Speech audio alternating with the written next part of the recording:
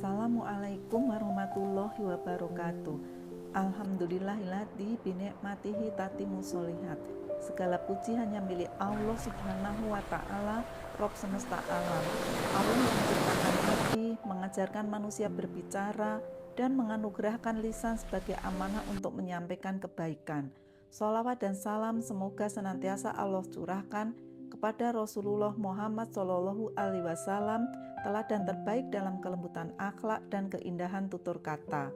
Sahabat perjalanan hati, pernahkah kita mengucapkan satu kalimat yang menurut kita biasa saja, tetapi ternyata membuat orang lain menangis? Atau sebaliknya, pernahkah kita menerima satu kalimat sederhana, namun mampu menguatkan hati kita selama bertahun-tahun? Mengapa hal itu bisa terjadi? Bukankah kata-katanya mungkin hanya beberapa detik? Mengapa dampaknya bisa begitu lama? Karena sesungguhnya yang paling didengar manusia bukan hanya kata-kata. Yang mereka rasakan adalah hati yang melahirkan kata-kata itu. Lisan hanyalah penyampai, tetapi hati adalah sumbernya. Hari ini kita akan belajar bersama tentang sebuah ilmu yang sangat indah. Sahabat perjalanan hati, banyak orang mengira bahwa kemampuan berbicara hanya ditentukan oleh kepandaian merangkai kata.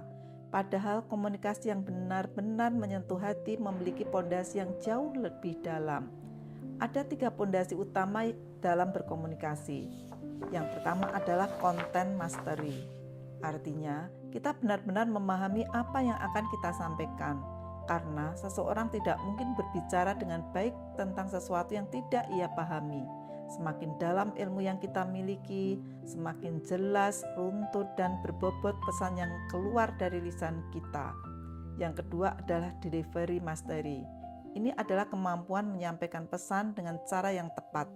Intonasi suara, ekspresi wajah, kontak mata, bahasa tubuh, hingga cara menyusun alur pembicaraan akan menentukan apakah pesan itu mudah dipahami atau justru membingungkan. Kabar baiknya, keterampilan ini bisa dipelajari, dilatih, dan terus diasah.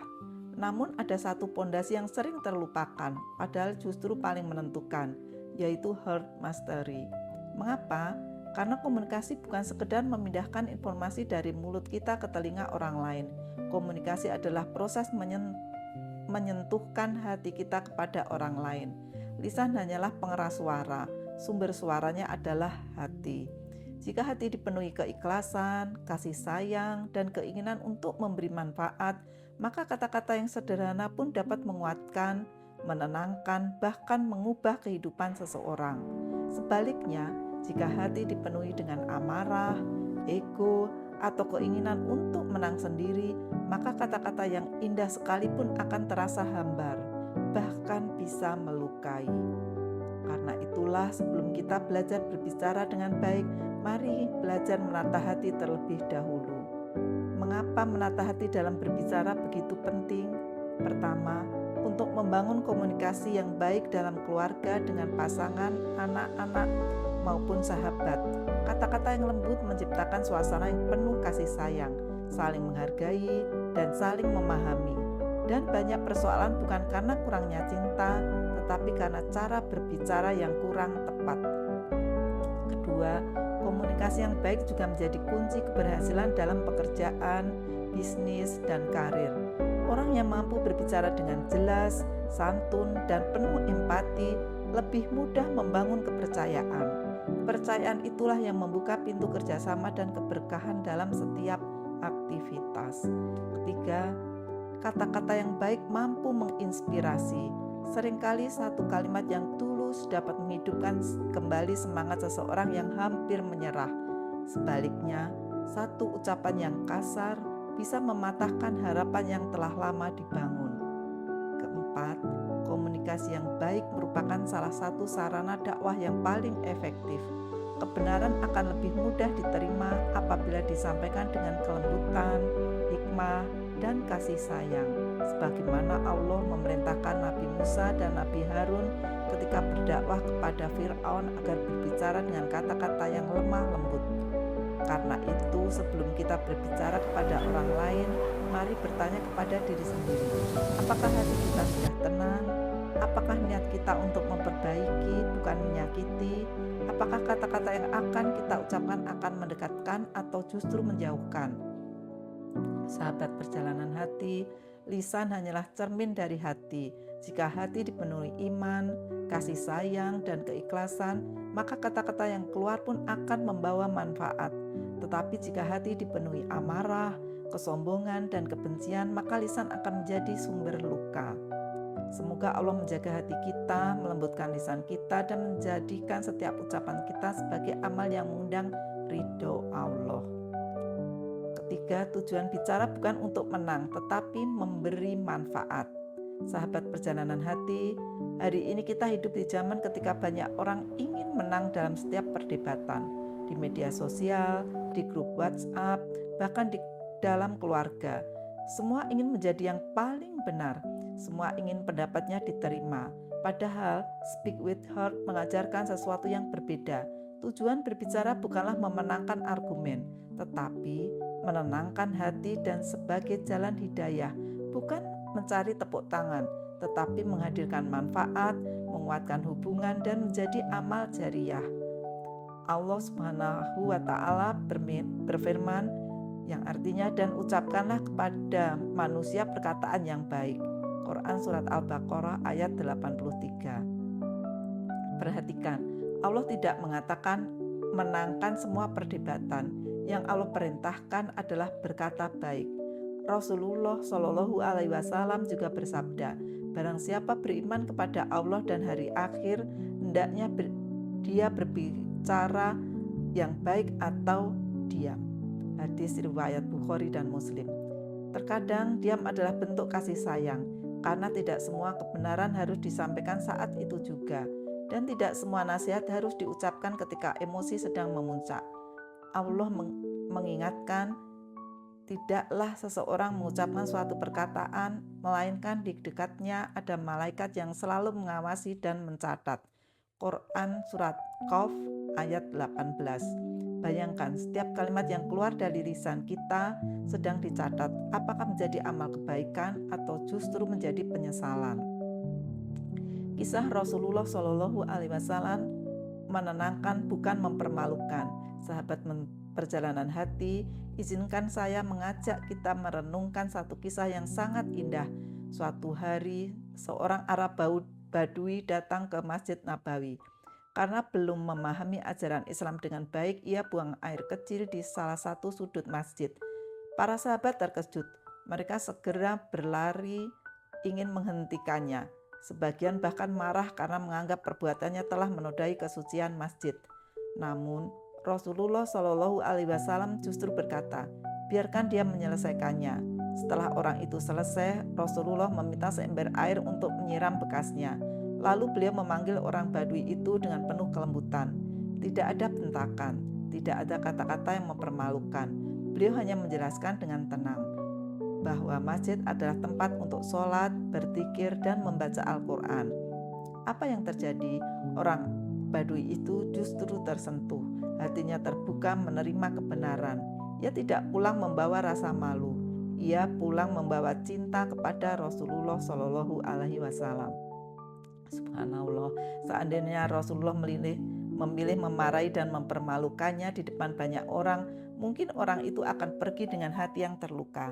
Tetapi Rasulullah memilih jalan yang berbeda. Beliau tidak sekedar memperbaiki kesalahan, beliau menyelamatkan hati manusia.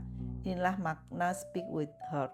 Tujuan kita bukan melampiaskan emosi, bukan menunjukkan bahwa kita paling benar, tetapi menghadirkan hidayah melalui kelembutan. Karena seringkali kelembutan mampu membuka pintu hati yang tidak bisa dibuka oleh kemarahan.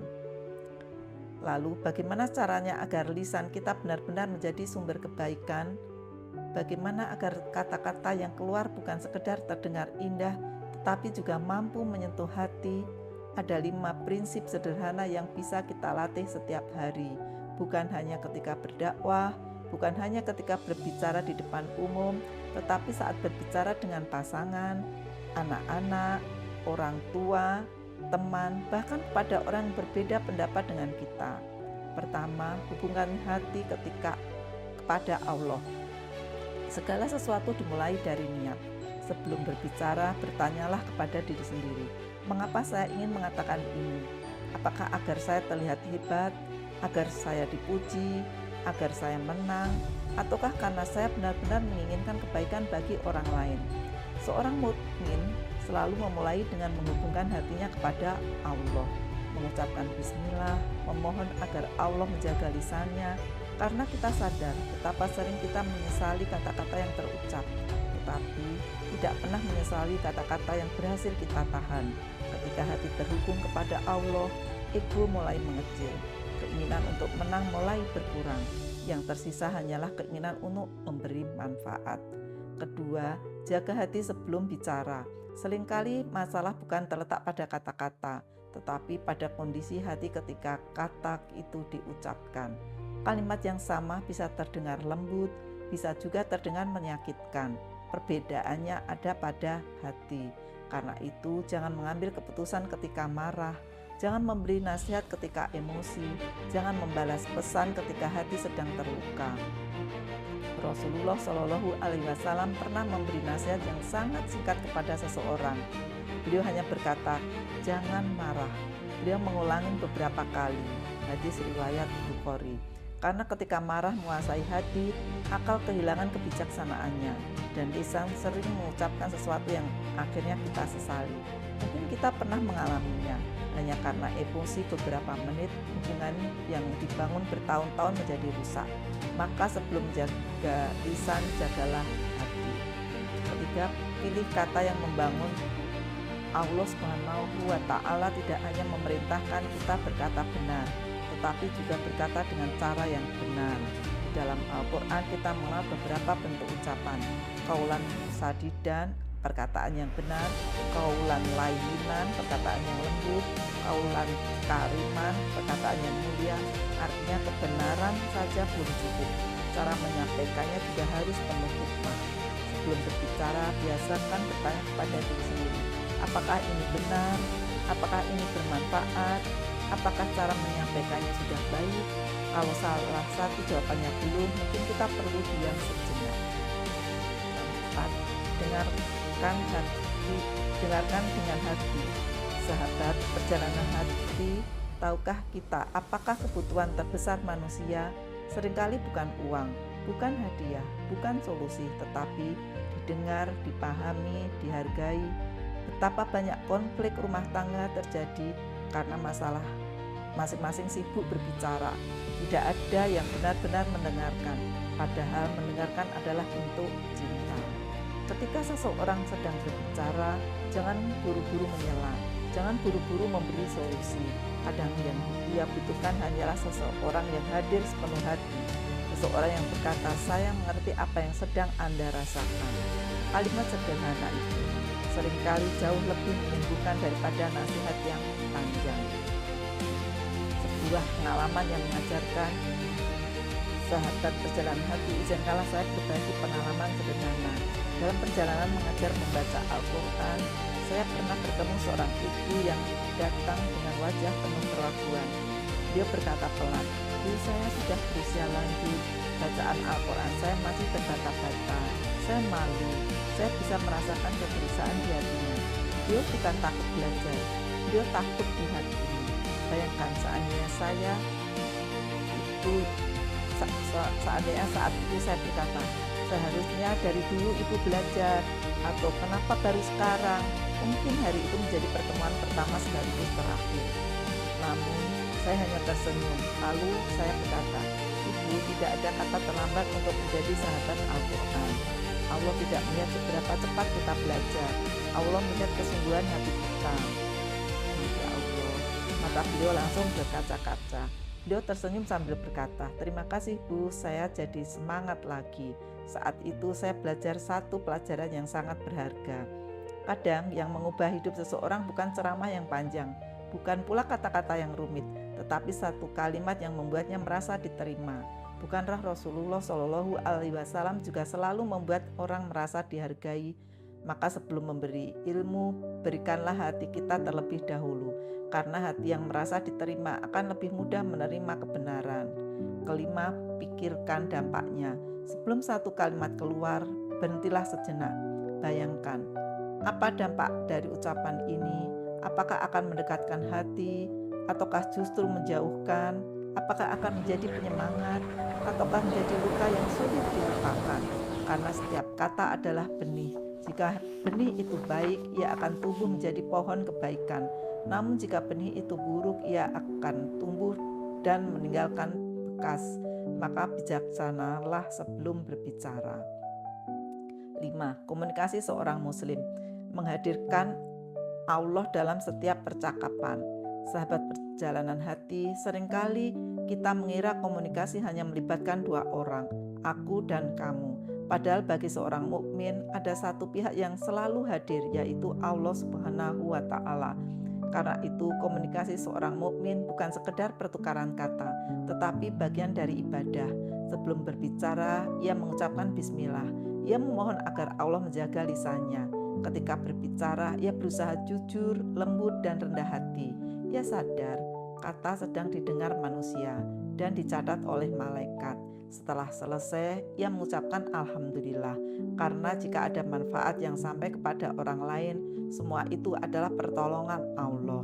Ketika Allah hadir dalam komunikasi kita, ego menjadi kecil, amarah lebih mudah diredam, kasih sayang menjadi lebih besar, dan kata-kata yang keluar tidak lagi sekedar terdengar indah, tetapi benar-benar menenangkan hati. Keenam, hati kepada Allah dan hati kepada manusia. Sahabat perjalanan hati, setelah kita memahami bagaimana menjaga lisan, memilih kata, dan mendengarkan dengan hati, ada satu hal yang tidak boleh kita lupakan. Speak with heart bukan hanya tentang teknik komunikasi, ia adalah perjalanan hati. Yang pertama, hati kepada Allah, dan yang kedua, hati kepada manusia. Mengapa hubungan kita dengan Allah harus didahulukan? Karena hati yang dekat kepada Allah akan lebih mudah lembut kepada manusia. Ketika kita merasa sedang diawasi Allah, kita akan lebih berhati-hati memilih kata. Ketika kita sadar bahwa Allah Maha Pengampun, kita pun lebih mudah memaafkan. Ketika kita merasakan kasih sayang Allah, kita terdorong untuk menyayangi sesama. Maka setiap kali hendak berbicara, ingatlah bahwa Allah mendengar setiap ucapan kita. Bukan hanya ucapan manusia yang menjadi saksi, tetapi juga malaikat yang mencatatnya. Lalu bagaimana hati kepada manusia? Ada 3 sikap yang perlu terus kita latih. Pertama, memahami dan memaklumi. Setiap orang yang sedang berjuang dengan ujiannya masing-masing. Ada yang sedang menghadapi masalah keluarga, ada yang sedang sakit, ada yang sedang kehilangan pekerjaan, ada pula yang tersenyum di luar tetapi menangis di dalam. Maka jangan mudah menghakimi. Bisa jadi yang kita anggap kasar sesungguhnya sedang terluka, yang kita anggap cuek sesungguhnya sedang kelelahan. Belajarlah memahami sebelum menghakimi. Kedua, memaafkan dan mengasihi. Tidak ada hubungan yang selalu sempurna.